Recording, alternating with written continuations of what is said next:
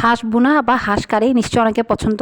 আর এই শীতকালে তো সবাই হাঁস খেতে খুব বেশি পছন্দ করে। আসসালামু আলাইকুম, আশা করি সব ভালো আছেন। আজকে আপনাদের সাথে আমার আম্মুর হাতের এইটা হাঁসের কারি রেসিপি শেয়ার করব।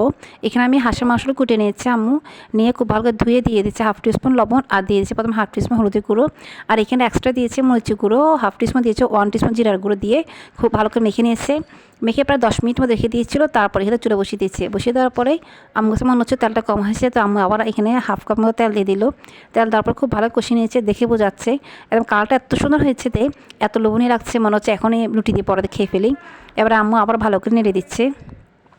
নেড়ে দিয়ে দিতে যখন দেখা যাচ্ছে তেলটা আরও উপরে উঠে আসবে, তখন আম্মু একটু পানি দিয়ে দিয়েছিল। পানি দেওয়ার পর নেড়ে দিয়েছে।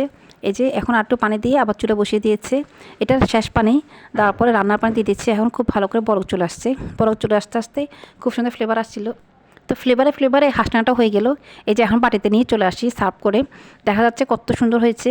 আর আসলে যখন আপনি ঠিক এভাবে বাসায় ট্রাই করবেন, তখন সবার তো অনেক বেশি ভালো লাগবে। তাহলে তখন আপনারা সেই ফ্লেভারটা এবং সেই টেক্সচারটা পাবেন। এখন আমরা নিয়েছি সাদা ভাত, এখানে একটা বড় আছে যে মরিচ নিয়েছি, মরিচটা না ক্যাপসিকাম মরিচ বলে। আর অনেক নিয়েছি দুটো মূলা। এই মূলা না কোনো টেস্ট হয়, মিষ্টি জাতীয় মূলা।